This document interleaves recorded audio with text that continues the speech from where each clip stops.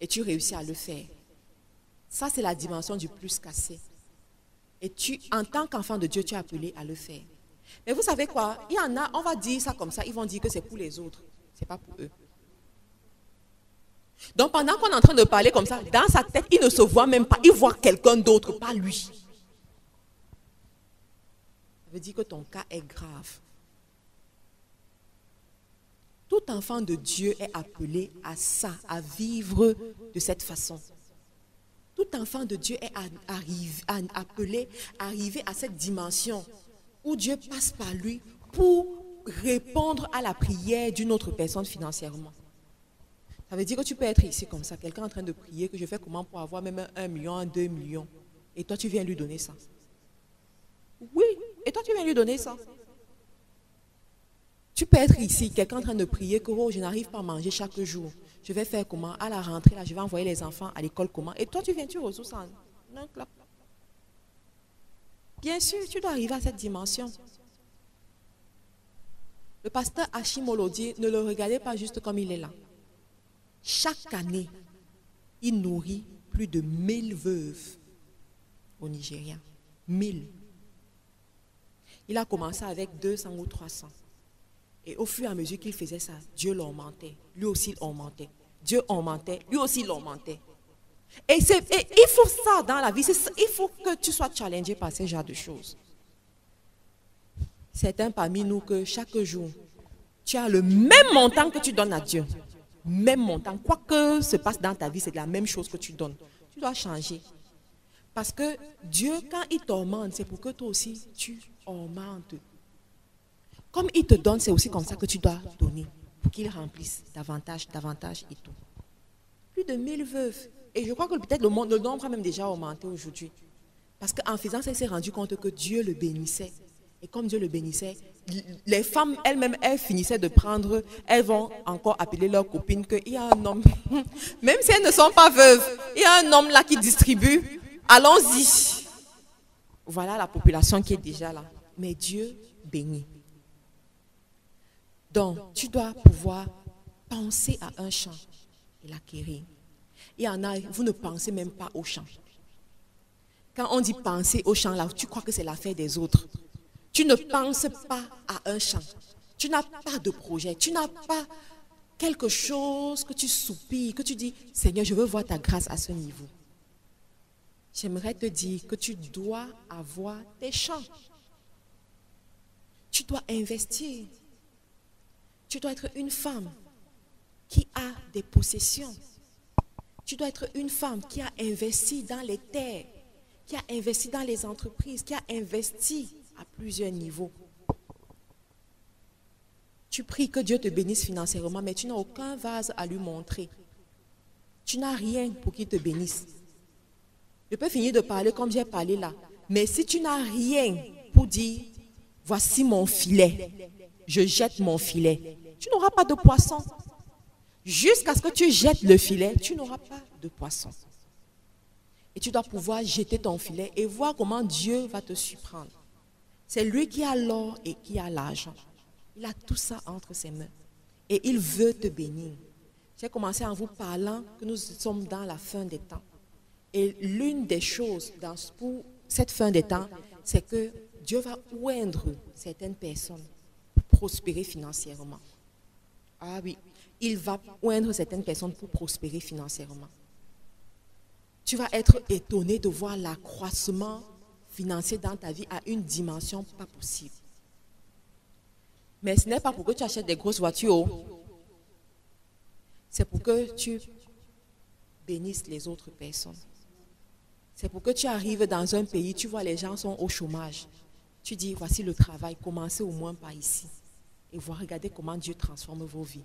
Soyez, leur permettre de voir la vie différemment. Leur permettre d'être en contact avec d'autres réalités qui vont les challenger. Avec cet argent, tu vas utiliser pour aller aider les enfants qui n'ont plus aucun avenir parce qu'ils sont nés dans des circonstances défavorables. Avec cet argent, tu vas financer pour que l'œuvre de l'Éternel puisse évoluer. C'est à ça que ça va te servir. Mais à l'origine, il va falloir que tu puisses jeter ton filet. Tu dois pouvoir jeter ton filet. Tu dois être une femme qui bâtit. Qui bâtit, c'est important. Cette époque où on est juste des femmes consommatrices est révolue. Cette époque où on est des femmes qui tendent la main, le papa donne ou maman donne est révolue. Ça, c'est l'époque où les femmes se lèvent pour bâtir. Où les femmes propulsent leur mari et bâtissent ensemble pour faire des choses. Et je prie vraiment que Dieu vous aide à comprendre ce genre de choses et matérialiser ces choses dans vos vies. Il y a aussi la bénédiction sur ta santé que tu dois avoir. Pourquoi Dieu te garderait en bonne santé? C'est pour le servir. Pourquoi Dieu maintiendrait ta santé? C'est pour le servir. Et quand tu te rends compte que ce genre de bénédiction manque dans ta vie, et que tu sais effectivement Dieu, à ce moment, tu ne fais plus les prières de supplication, mais tu fais des prières de réclamation. Il y en a parmi vous, vous passez votre temps à prier, à pleurer dans la prière. Au lieu de vous lever et de dire que ceci est à moi, je réclame que ça revienne. Oui, c'est une autre dimension. Tu te rends compte que depuis que je sais Dieu, pourquoi je suis comme ça? Non, ce n'est plus le moment où tu dois supplier. C'est le moment où tu dois te lever et commander à la bénédiction de venir vers toi. De commander que les choses puissent effectivement changer.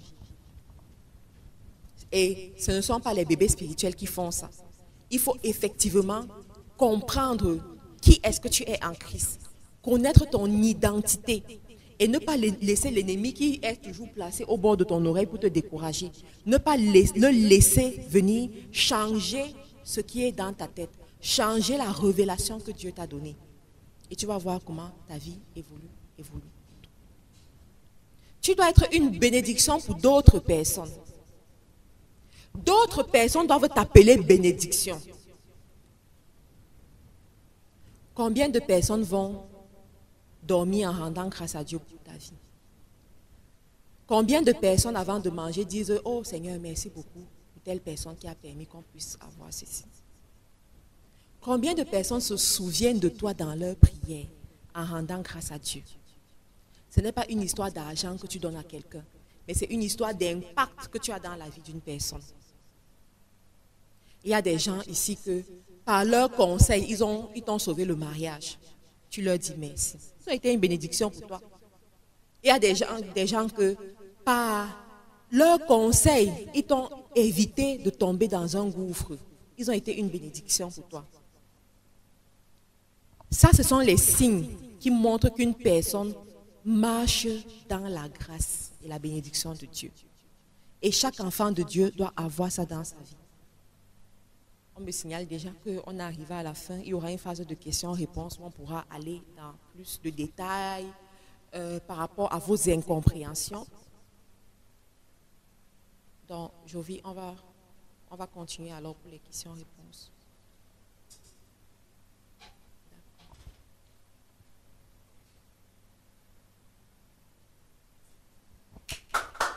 Applaudissons, merci. Merci encore pour cet enseignement. Sois davantage béni au nom de Jésus-Christ. Nous allons prendre une première phase, une première série de questions. 4 questions dans la première phase et 4 questions dans la deuxième phase. Donc si on va balader le micro, si quelqu'un a une question à poser, qu'il lève la main. Et puis, Madame Marthe Karine va elle va les rédiger, elle va les écrire et puis elle va répondre d'abord cette première phrase-là. Au moment, ta question, s'il te plaît. J'aimerais savoir, Marthe, dans nos familles, nous avons des personnes aussi à aider. Et comme nous sommes bénis pour être des bénédictions pour d'autres, et nous ne devons pas seulement chercher à bénir les nôtres. Mais si nous avons des chômeurs dans la famille, l'ordre de priorité, c'est de nous occuper des chômeurs de nos familles qui ne sont pas nécessairement nos enfants, avant d'aller, parce que c'est des gens qui nous sont proches et on voit leur misère, avant d'aller chercher d'autres, ou bien on doit d'abord s'occuper des pauvres de Yahweh, enfin des pauvres entre guillemets, avant de s'occuper de ceux de nos familles. C'est ma question. Qui d'autre pour poser une question? Ok. Bonsoir à tous. Donc, déjà, je rends grâce à Dieu d'être là aujourd'hui. Ma question pour maman Karine, c'est, tu as parlé du Saint-Esprit, de l'importance de rentrer, écouter la voix du Saint-Esprit. Donc, je pense que c'est mon plus gros challenge, c'est vraiment comment réellement discerner la voix du Saint-Esprit. Donc ça, c'est ma question. Merci. Daniel. La question de Daniel, comment discerner la voix du Saint-Esprit? Qui d'autre pour une autre question? Bonsoir à tous, c'est Françoise. Madame Martha a évoqué plusieurs fois qu'il fallait qu'on arrive à localiser notre Élisabeth. Donc, je n'ai pas très bien compris. Élisabeth, on connaît Élisabeth dans la Bible, mais pratiquement, comment on va localiser cette personne-là? Et aussi, je voulais savoir également, tu as parlé tout à l'heure qu'il faut que chacun puisse connaître son identité en Christ. Comment on fait pour savoir ça? Qui est Elisabeth et comment reconnaître son identité en Christ? Prénom? Françoise. Bonsoir à toutes. En fait, moi j'ai deux questions, une orientée pour Maman Charlotte et l'autre orientée pour Madame Marthe. Je vais d'abord commencer par celle de Madame Marthe. Vous avez dit tout à l'heure que nous devons avoir des bénédictions en tant que mère de dynastie. Et dans vos explications, vous aviez dit qu'en tant que femme, chaque mère doit semer pour ses enfants. Et nous devons être en accord avec nos parents. La question que je veux, l'interrogation que je me pose est celle de savoir, est-ce qu'une maman, par exemple ma mère, peut encore s'aimer à l'heure actuelle pour son enfant? Est-ce qu'il est possible que, oui, elle vient de découvrir le Seigneur, oui, est-ce qu'elle peut encore s'aimer, est-ce qu'elle peut encore passer l'alliance, voilà, avec le Seigneur pour sa progéniture?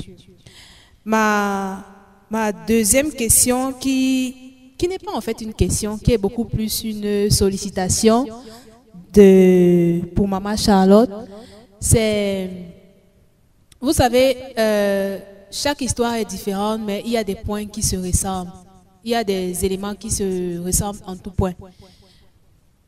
À la première partie, je ne savais pas trop pourquoi j'étais là. Mais quand Maman Charlotte a pris la parole, j'ai compris pourquoi est-ce que le Seigneur a permis que je sois là. Je vais le dire simplement. Maman Charlotte, je suis mini-toi. Oui, c'est-à-dire le comportement qu'elle a, cet orgueil, je l'ai. Mais je pense que le mien est supérieur au sien parce que elle a même pu accepter un homme à ses côtés. Mais moi, l'homme, il n'a pas de place. Parce que sans le vouloir, sans faire d'efforts, Dieu m'a béni en tout point. Financièrement, travail, diplôme, je ne réfléchis pas pour ça, ça vient seul au point où je dis que non, ça me suffit. Donc, Maman Charlotte, est-ce que tu serais prête à prendre un énième enfant parmi les enfants que tu as déjà? Parce que je sens que si je marche à tes côtés, je vais beaucoup apprendre. Merci pour cette question. Ça, c'est la première phase. Nous attendons tes réponses. Merci beaucoup, merci pour tout ceci. Oh mon Dieu. Ok, question. Ordre de priorité pour nous occuper des chômeurs de notre famille ou bien prioriser les enfants de Dieu? Bon, ça c'est une question un peu délicate. Ce que je dirais, c'est dans la famille, on a la famille restreinte et la famille élargie. C'est la responsabilité de chaque parent de s'occuper de ses enfants, de s'assurer que les enfants ne manquent de rien, qu'ils ont le minimum pour réussir dans leur vie et avoir un avenir qui est bien. Maintenant, dans la famille élargie que nous avons ici en Afrique, où tu as l'enfant de l'oncle, de ta mère, de tonton et de ceci et de cela, je pense que c'est souvent un peu trop. C'est souvent un peu trop pour un début, vraiment. Mais ça ne veut pas dire qu'on ne va pas s'occuper d'eux. Si Dieu te bénit à cette dimension, eh bien tu t'occupes d'eux. Tu essaies de voir comment tendre la main à ce niveau. De l'autre côté aussi, il y a les enfants de la maison de Dieu, comme on dit les chrétiens en fait. Alors, entre les deux, qui passe avant l'autre? Bonne question. Fais les deux. Fais les deux. Pour moi, c'est demande la grâce à Dieu de te donner assez pour faire les deux. Ensuite, comment discerner la voix du Saint-Esprit? Bon, premièrement, on a plusieurs voix qui parlent en nous. Il y a la voix de nos sentiments, de nos émotions, de nos connaissances. Il y a la voix des autres, c'est-à-dire ce que les gens ont semé en toi. On t'a dit que, on t'a dit que, on t'a dit que, et c'est resté en toi. Et ça revient. Il y a la voix du Saint-Esprit. Alors, le Saint-Esprit a une voix très calme, en fait, très douce et tout. Et presque impossible à écouter si tu ne cherches pas Dieu. Ça veut dire que si tu es quelqu'un qui ne connaît pas la parole, par exemple, tu auras juste la notion du bien et du mal.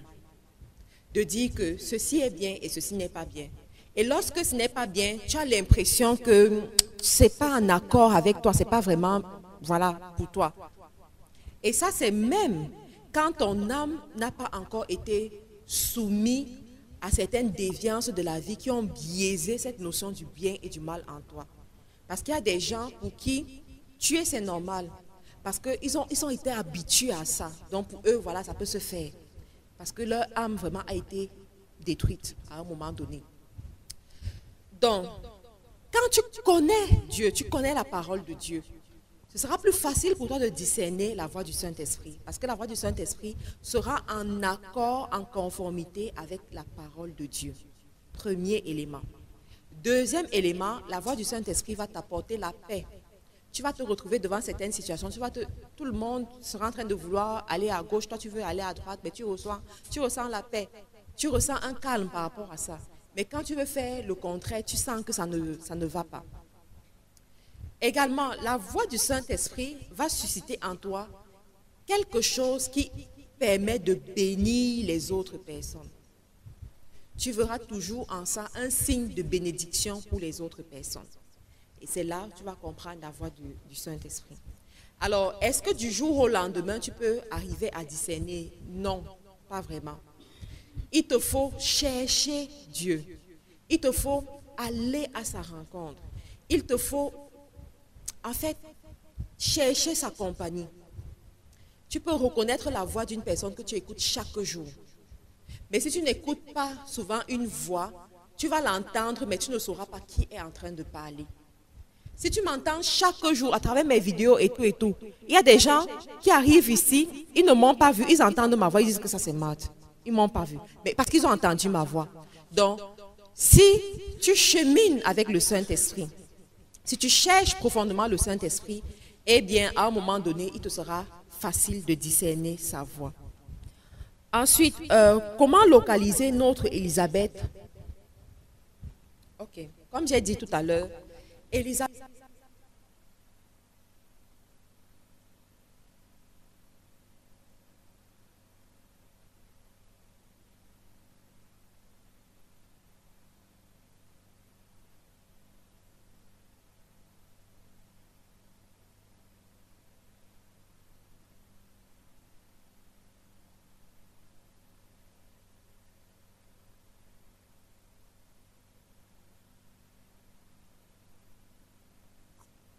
Comment est-ce que tu localises cette Élisabeth-là? Elle viendra à toi. Tu vas la trouver. Tu vas la trouver. Et ça rentre justement dans la catégorie des bénédictions que tu dois avoir dans ta vie. Ce n'est pas quelque chose que tu cherches comme si tu cherchais une aiguille dans un sac. Mais tu te rends juste compte que quand je me connecte à cette personne-ci, je sens que quelque chose se passe. Lorsque cette personne me parle, je réagis différemment. Ça résonne fort en moi. Et c'est un peu ça. C'est bon. Ensuite, comment connaître son identité en Christ? C'est bien ça la question, n'est-ce pas? Comment connaître son identité en Christ? Alors, la Bible t'enseigne, c'est quoi ton identité en Christ? Quand tu es né de nouveau, quand tu as donné ta vie en Christ, quand tu as accepté Jésus-Christ comme ton Seigneur et ton Sauveur. Le passé est passé, c'est une nouvelle création en Christ. Tu es héritière de la maison de Dieu. Et pour cela, tu as des prérogatives en fait qui t'incombent. Il y a des droits, il y a des devoirs. Tu dois avoir la bénédiction, tu dois avoir ceci, cela, voilà, tout ce dont Jésus est mort sur la croix pour. Et de l'autre côté, tout ça, tu as des devoirs, tu dois servir Dieu, tu dois honorer Dieu, tu dois te tenir à la brèche pour ta génération, tu dois, voilà. Donc, il y a tout ça. Cependant, je parlais du cas de l'identité ici pour que tu puisses posséder ta possession. Pour que tu puisses effectivement avoir ce qui est à toi, à un moment donné, tu vas te lever selon ton identité de fille de Dieu. Quand tu te rends compte que les choses t'échappent dans la vie, et tu regardes ta vie, tu te rends compte que mais tu n'es pas en train de rater quelque part, mais pourquoi c'est comme ça? Non, le problème c'est que tu dois te lever avec ton identité de fille de Dieu et réclamer ce qui est à toi. Et aller chercher ce qui est à toi. Le royaume de Dieu est forcé, ce sont les violents qui s'en emparent. À un moment donné, tu dois te lever pour ça. Je me rappelle quand j'étais comme ça en Angleterre, à un moment, j'avais fait la prière contre les liens d'âme, renoncer aux hôtels de famille et tout. Mais ce n'était pas encore le niveau que je voulais, ce n'était pas encore comme je voulais. J'ai commencé à me lever dans la prière et réclamer ce qui est à moi. Et dire non, je ne dois pas échouer ici, je ne dois pas souffrir ici. Je veux voir telle chose dans ma vie. Et ça, ce n'est pas ton identité. Et même des fois, tout à l'heure, quand Rose enseignait, elle disait que avec Dieu, quand tu es malade, ce n'est pas d'abord à l'hôpital que tu vas. Tu cherches d'abord Dieu dans le secret. Ça, c'est quelqu'un qui connaît son identité. Tu vas devant Dieu, tu dis, ok, je suis malade. Et avec le pouvoir de chrétien que tu as, tu chasses la maladie. Et la maladie part.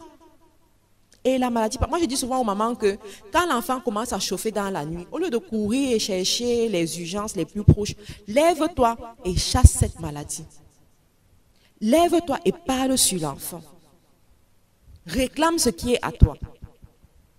Je dis souvent que ce n'est pas normal qu'une maladie te cloue, sauf si c'est que Dieu t'amène au désert pour te parler. Mais si tu marches selon ta destinée, tu dois pouvoir te lever et chasser cette maladie avec le pouvoir que Dieu a mis en toi. Il y a beaucoup d'enseignements sur YouTube par rapport au pouvoir de la destinée, au pouvoir de l'identité en Christ. Je vous conseille d'aller écouter ça. Personnellement, j'écoutais beaucoup Josiane Remplie de Grâce. Elle est sur VTV, sur YouTube. Elle enseigne facilement, très bien, avec des simples exemples.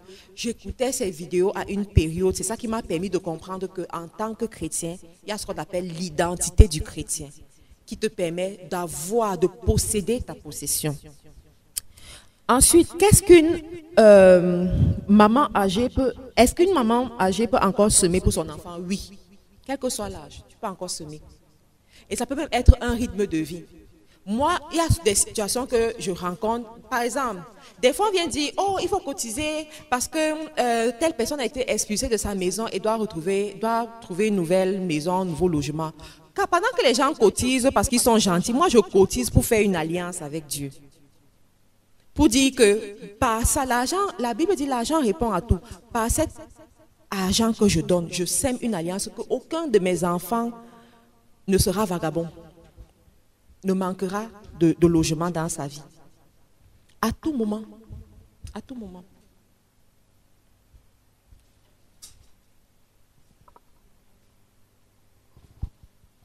Nous allons rapidement prendre la deuxième série de 4 questions. Sauf si maman voulait dire un mot par rapport à ce que... Vous me rappelez votre prénom? Dolly. Merci pour cette connexion. Mais je voulais dire que... Bon, je vais dire comme je le sens. Hein. Je suis heurtée. par tes convictions. Et je suis contente en même temps que tu veux que je me connecte à toi, parce que nous venons d'entendre très bien, et c'est fait partie de mes valeurs, le mariage. Alors, le mariage n'est pas exclusif de tout ce que vous avez et qui, pour vous, vous satisfait au point de ne pas vouloir de mari, si j'ai bien entendu. Donc, mon souhait pour vous, c'est que ce beau tableau que vous avez par la grâce de Dieu soit complété par un mari selon le cœur de Dieu. Et à ce titre, j'aimerais bien, j'accepte votre filiation.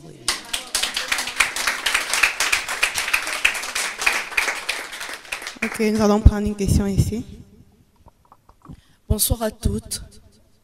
Alors, Madame Marthe Karine, tout à l'heure, vous avez parlé de la sacralité des premiers-nés d'une famille. Ma question est dans la suivante. Si, avec tous les enseignements divins que les parents ont pu infuser à cet enfant, s'il fléchit toujours, c'est-à-dire s'il va d'échec en échec, si à chaque fois qu'il entreprend, j'y arrive enfin, quelque chose, il échoue toujours, est-ce là une malédiction des premiers-nés? Si oui, comment le briser? Une autre personne? Bonsoir à toutes. Je rends grâce à Dieu pour la vie de Coach Marthe. Tout à l'heure, dans son propos, elle a utilisé un exemple, l'histoire des deux enfants qui venaient d'un père alcoolique, et l'un qui s'est en sorti, l'autre qui s'est enfoncé. Je peux dire, je me suis retrouvée dans ce tableau-là. Parce que, en fait, je viens d'une famille dans laquelle, franchement, ce genre de choses est catégorisé. Donc, le fait pour moi de me retrouver ici, je n'imagine même pas la réaction d'un membre de ma famille.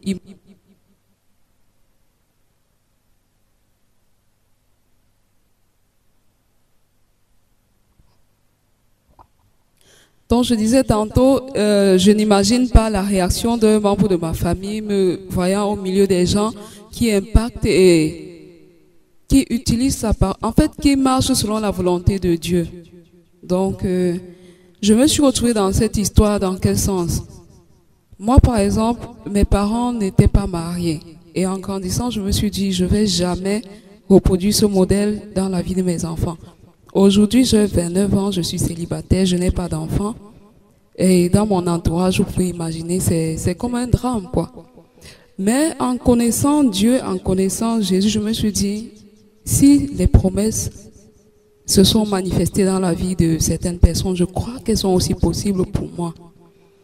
Mais mon souci aujourd'hui n'est pas au niveau du mariage, mais c'est par rapport à ma relation avec ma mère. Parce que j'ai toujours vu ma mère comme une personne faible, une personne qui est très dépendante des autres, dont elle ne se bat pas. Et c'est aussi l'un des aspects sur lesquels j'ai choisi de me différencier d'elle. Du coup, aujourd'hui, j'ai vraiment du mal à avoir une bonne relation avec ma mère, si je peux le dire ainsi. Donc, j'évolue dans ce que je fais, j'évolue. Donc, je ramène cela par rapport à honorer ses parents. Je ne sais pas si le fait de ne pas avoir une relation d'intimité avec ma mère peut être un signe du manque d'honneur que nous faisons à nos parents.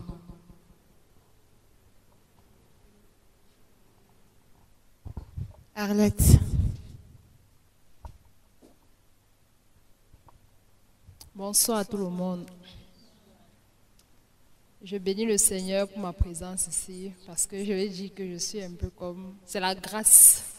Parce que quand il fallait que j'arrive, on m'a dit que les places étaient déjà tous prises. Donc, c'est vraiment une grâce. Et pendant que Marthe Karine parlait, j'ai compris pourquoi je suis là. Surtout dans le côté du mariage, il faut être cette femme-là qui déclare dans la vie de son mari, même s'il n'a pas de vision. Donc vraiment, moi, en venant, c'est ce problème que j'avais, mais je crois que mon problème est résolu. Mais néanmoins, j'ai une question. Ma question est, selon là où on a dit que on doit nourrir nos parents. La première chose que je veux savoir, c'est si nos parents sont déjà décédés et qu'on n'a pas eu des... Je veux dire, peut-être on les a pas honorés, ils sont morts pendant qu'on était dans les problèmes avec eux. Qu'est-ce qu'il faut faire? Est-ce qu'il faut aller sur la tombe? Je ne sais pas trop, demander pardon. Ou qu'est-ce qu'il faut faire dans ce cas? Et aussi, je voulais savoir... on a aussi parlé de l'alliance qu'il faut avoir avec Dieu. Est-ce que l'alliance peut venir de Dieu et non pas de moi? C'est-à-dire, Dieu vient à moi et me dit, comme dans Genèse 12, il a parlé à Abraham. Il me parle, voici ce qu'il faut que tu fasses et tout. Ou bien c'est toujours moi qui dois aller vers Dieu pour commencer l'alliance. Ou est-ce que Dieu peut venir à moi avec une alliance, me dit que voici ce que je veux faire, mais il faudrait que tu fasses comme ça. Donc je pense que là, ce sont mes deux questions. Bertine Alette. Bonjour. Je remercie le coach Marthe Karine d'avoir accepté. Je ne sais pas si c'est de m'avoir invité ici par son lien. En fait, ma question est la suivante. Vous avez parlé de la malédiction des premiers-nés. Bon, moi, en tant que jeune maman, j'ai un premier-né. J'aimerais donc savoir comment sceller l'alliance avec le Seigneur sur cet enfant-là. Parce que quand vous étiez en train de parler, j'ai essayé de faire le tour dans ma tête par rapport aux premiers-nés de la famille et même des connaissances que je connais. Je vois que les premiers-nés ont beaucoup de problèmes. Comment donc bloquer cela dès la naissance, donc dès les bas âges de l'enfant, pour que quand il grandisse, il n'ait plus de problème. Donc, comment sceller une alliance avec Dieu sur cet enfant-là avant qu'il ne grandisse? Donc, c'est ça ma question. Merci. À titre exceptionnel. Merci. Merci beaucoup, la coach Marc. Moi, je veux un peu aller vers elle directement quand on parlait. J'ai vu l'aînée, moi je suis la dernière, mais j'ai vu notre aînée. Et effectivement, sa vie... Je voudrais savoir comment amener maman à faire changer les choses. Parce que véritablement, c'est le combat chez nous, entre mes grands frères et moi, sur l'aîné là. Aujourd'hui, les maris, c'est vrai, mais sa vie et façon dont tout le monde lui parle à la maison, vraiment... Je pleure son sort, donc vraiment, je voudrais savoir, parce que c'est l'un des trucs qui m'a marqué, où je me suis arrêtée, j'ai dit, waouh, c'est quoi ce truc? En fait, je revoyais un peu la famille, je comprenais que véritablement, à la maison, de ce côté, on a vraiment raté. Donc, comment faire pour renverser la situation? Merci. Bonsoir à tous, toutes. Bon, je rends grâce à Dieu, infiniment à Dieu, de m'avoir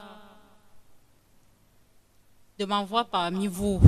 Et je remercie infiniment Madame Marthe pour ce qu'elle fait pour nous. Bon, ma question, on l'a déjà posée. Ça porte sur l'alliance des premiers-nés. Bon, je voudrais qu'on insiste sur ça.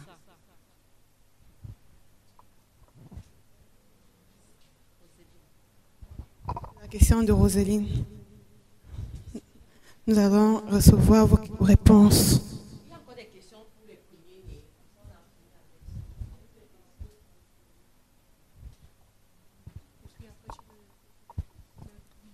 Bonsoir à toutes. Moi, c'est Stéphanie Karine. C'est ma première fois et puis je dirais c'est une énorme grâce. Quand tu crains l'Éternel, c'est lui qui te guide et il t'amène là où tu n'imagines pas arriver. Moi, je suis ici grâce à Jessica, votre secrétaire particulière, votre secrétaire ou collaboratrice. Déjà, je vous suivais sur le net pour l'entrepreneuriat. Je ne m'en sortais pas et tout. Généralement, dans la société et surtout notre entourage, on se dit quand quelqu'un a réussi, quand il prospère, ça veut dire qu'il y a quelque chose derrière. Il y a soit le maraboutage, soit, et tout ça. Oui, moi je m'écarte quand même un peu de tout ça. Et quand j'arrive ici, c'est une grosse surprise. Parce que je croyais venir parler entreprise. Quand vous avez commencé par la prière, flashback.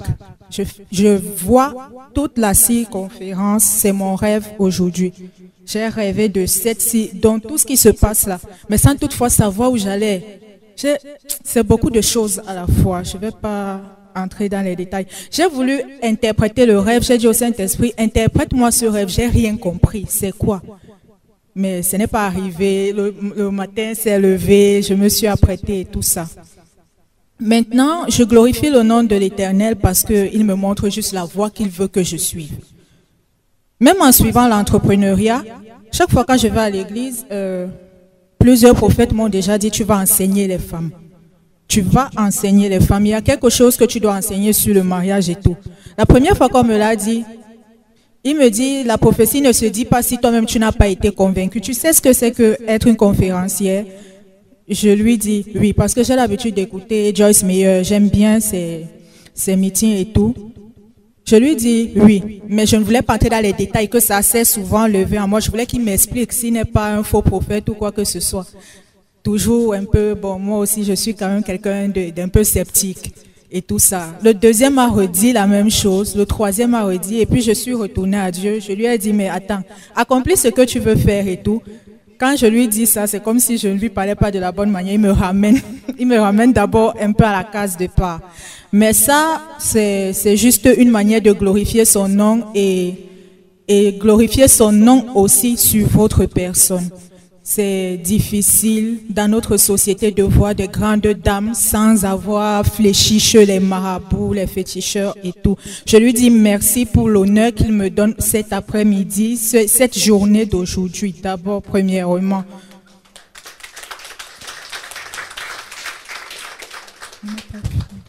Deuxièmement, je suis première-née d'une famille trop compliquée. J'ai 30 ans d'âge. Autour de moi, ça a déjà parlé. Jusqu'à les gens ne se sont pas limités à moucharder et venir même me dire en face. Mais tu attends quoi pour accoucher? Tu crois que c'est le mariage qui est facile et tout? On a dit ça quand j'ai d'abord eu 28 ans d'âge. Je n'ai pas répondu. Dernièrement, ici, c'est ma propre grande sœur adoptive qui est venue vers moi et me dit, Aka, j'ai dit, toi, tu crois que tu n'accouches pas, que tu attends qui? Je me suis retournée avec violence et lui ai dit, ta vie n'est pas ma vie. Laisse Dieu agir dans ma vie comme lui l'entend. Je ne veux plus jamais t'entendre venir dire des choses que tu ne connais pas. C'est pas toi qui m'as créé.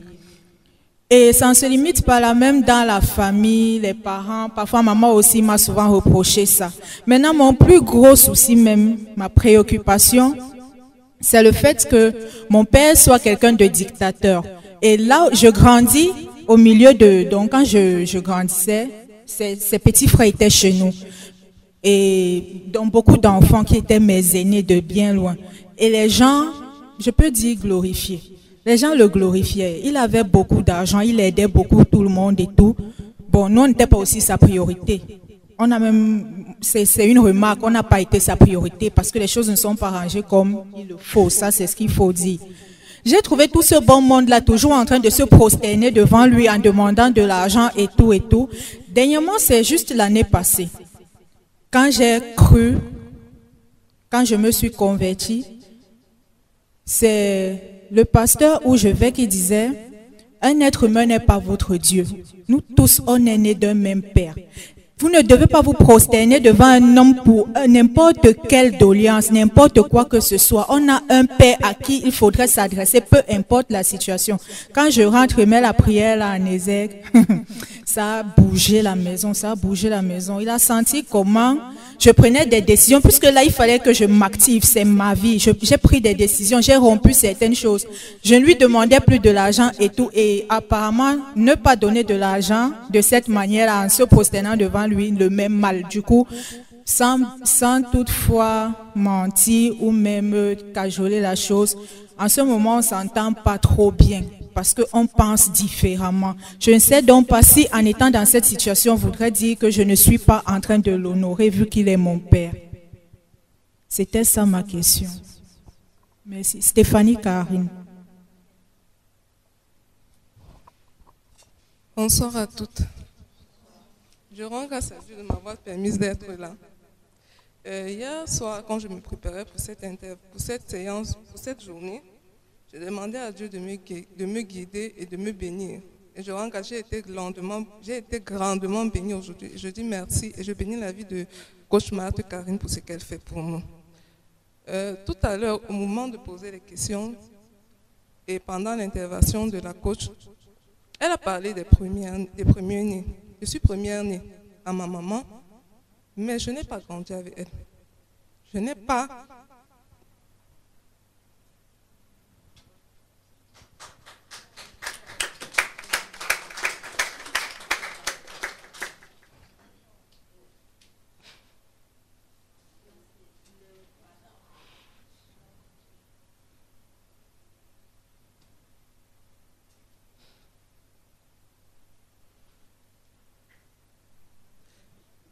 Et pour ça, j'en veux beaucoup à ma maman.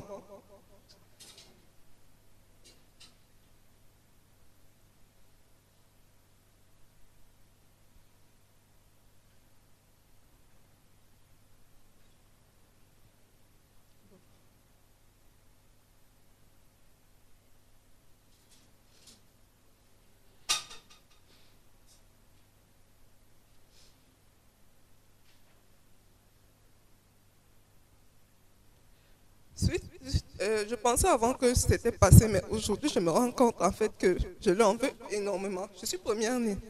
Je veux avoir une bonne relation avec elle. C'est que je voudrais savoir, de un, je n'ai pas grandi avec elle. Je voudrais savoir comment est-ce que je pourrais améliorer ma relation avec elle.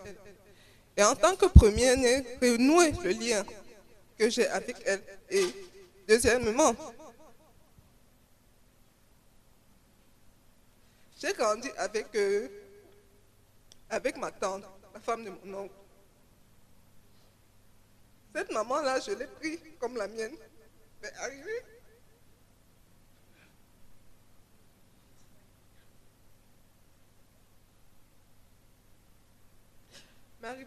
à un moment donné, elle m'a fait tellement de ces trucs que je me suis demandé comment est-ce que je peux aimer une maman autant, puisque ma propre mère, ma génitrice, elle me fait autant de choses.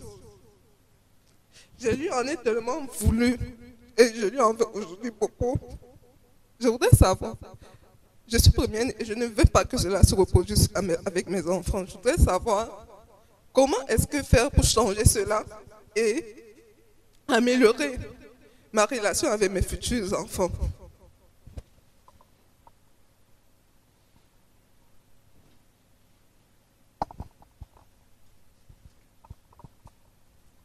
Merci beaucoup. J'espère que le live est coupé. S'il vous plaît. Le live est coupé déjà. Le Zoom peut continuer, mais pas le live. C'est bon?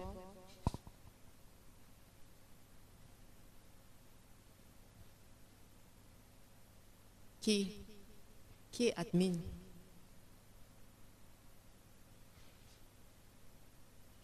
C'est coupé. OK.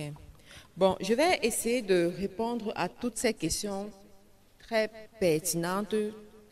Par la grâce de Dieu, je ne suis pas Dieu. Je ne suis vraiment pas Dieu. Je vais essayer, par la grâce de Dieu, avec ce qu'il aura mis dans mon cœur. Je vais commencer par ta question. C'est Nadège, n'est-ce pas? C'était Francina, ok. Pour ton cas, il me vient à cœur de te raconter une histoire, l'histoire de Oprah Winfrey. Il y a une vidéo sur les réseaux sociaux qui dit la seule personne que Oprah n'a pas pu pardonner dans sa vie. Je me suis arrêtée, j'ai regardé cette vidéo et cette seule personne, c'était sa mère. Sa mère l'a eue à 16 ans, je crois, et sa mère l'a abandonnée. Quand Oprah a prospéré, elle est rentrée chercher sa mère et lui demander pourquoi tu m'avais abandonné. Pourquoi tu m'avais abandonné? J'aurais pu avoir une vie différente. J'ai été enceinte et j'ai perdu l'enfant. Me voici aujourd'hui comme ça. Pourquoi? C'était difficile pour elle.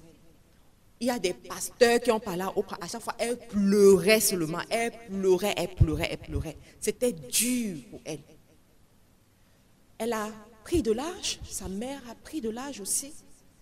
Et à un moment donné, sa mère était au soir de sa vie, elle allait mourir. Et on a appelé au papa pour lui dire que voilà, ta maman va mourir, et il faut aller la voir, il faut faire quelque chose. Elle allait la voir, s'assurer qu'elle a tous les soins qu'il faut et elle est rentrée. Mais quand elle rentrait, elle sentait que ça n'allait pas. Elle n'était pas à l'aise. Elle a repris sa voiture et elle est repartie voir sa mère. Elle est arrivée, elle a dit à sa mère, je te pardonne. Parce que tu m'as donné ce que tu croyais être bien à ce moment donné de ta vie. Elle a dit, je te pardonne. Vous savez, les parents font ce qu'ils peuvent. Et ils font en fonction de ce qu'ils ont aussi et de ce qu'ils connaissent.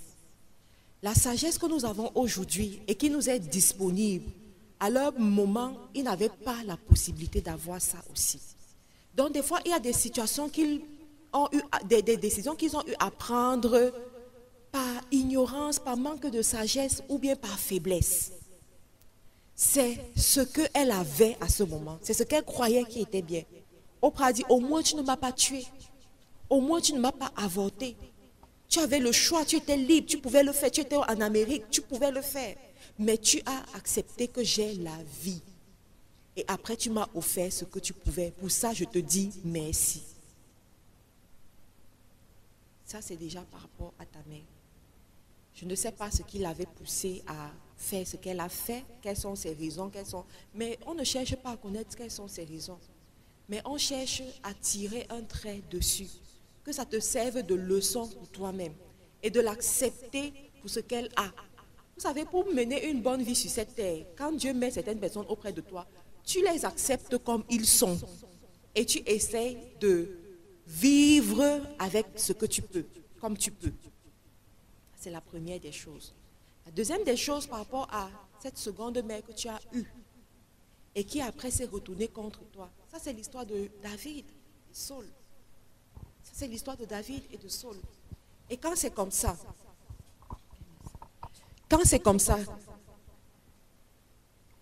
pleure, oui, c'est dur. Tu as été blessé, tu as été trahi même.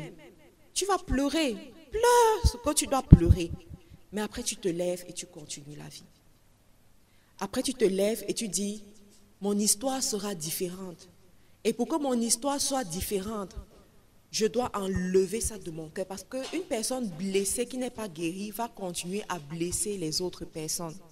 Va répliquer les choses sans s'en rendre compte. Une fois, j'écoutais un enseignement où on disait, toutes les personnes qui passent le temps à critiquer, que le gouvernement n'est pas bien, que à la maison on m'a fait ci, on m'a fait ça et tout, et tout, et tout. Quand Dieu leur donne la possibilité d'être à ces postes-là, ils répliquent la même chose sans s'en rendre compte. Ils répliquent la même chose. Pourquoi depuis 50 ans, on est au même niveau en Afrique? Pourtant, il y a 20 ans, les gens qui sont au pouvoir maintenant, ils étaient en train de critiquer. Ils critiquaient. Alors, on les a nommés ministres, on les a nommés et tout. Et ils ont répliqué la même chose. Le secret est dans le leadership de soi-même. Être maître de ton homme intérieur. D'accepter la transformation intérieure. De dire, ça fait mal, mais je décide d'aller comme ça. C'est difficile, mais j'oblige à mon âme d'aller comme ça. C'est difficile, mais j'accepte de pardonner et je relâche. C'est difficile, mais tu dois le faire. Tu dois le faire. Tu dois le faire. Ils ont eu l'opportunité, mais ils ont utilisé l'opportunité différemment. Il n'y a pas de problème. Et cette maman-là, mets-la juste en prière. Parce que Dieu est celui qui tient les cœurs des rois. Mets-la juste en prière. Et un jour, elle reviendra sur son comportement. Moi-même, j'ai vécu ça. J'ai vécu ça, mais d'une autre façon en fait. Mais quand tout le monde me disait, pourquoi est-ce que tu ne me parles pas de cette personne qui te fait du mal et tout le monde voit? J'ai dit non. Cette personne m'a donné à boire un jour dans sa maison. Cette personne m'a habillée quand j'étais vulnérable. Cette personne a été avec moi lorsqu'il n'y avait personne auprès de moi. Seulement pour ça, je ne peux pas mal parler de la personne. Même si elle fait, il n'y a pas de problème. Mais je prie pour que Dieu garde mon cœur. Parce que ces choses-là, tu ne peux pas le faire seul. Tu as besoin d'une grâce spéciale, d'une grâce particulière. Priez pour que Dieu garde ton cœur. Te focaliser sur les bonnes choses et laisser les mauvaises choses. Aujourd'hui, tu es adulte. Tu as le pouvoir de décider où est-ce que tu vas être. Tu as le pouvoir de t'éloigner des bruits dans la vie. Des bruits qui sont autour de toi. Tu as le pouvoir de communiquer avec les gens à distance même. Utilise ça. Utilise ce pouvoir. Soyez loin, mais soyez en paix. Soyez loin, mais soyez en paix. Il y a des personnes que vos relations seront en harmonie tant qu'ils seront loin de toi. Oui, il faut comprendre ces choses. Tant qu'ils seront loin de toi, vous serez en harmonie. Et quand tu comprends, parce que la vie c'est la sagesse. Il y a des personnes que tu vas beaucoup aimer. Tu vas te rendre compte que quand on est déjà ensemble pendant 2 jours, là, le 3e jour c'est la bagarre. Autant éviter que ce 3e jour-là arrive. Vous restez loin. Il y a des personnes que vos relations seront parfaites quand ça s'arrête au téléphone. C'est la sagesse. Quand tu as identifié ça, tu sais qu'avec cette personne, si c'est comme ça, avec cette personne, si c'est comme ça. Il y a des personnes que tu seras bien avec eux, mais à partir du moment où vous parlez de la religion, vous n'allez plus vous entendre. Donc ne parlez plus de la religion, n'en parlez pas. C'est tout.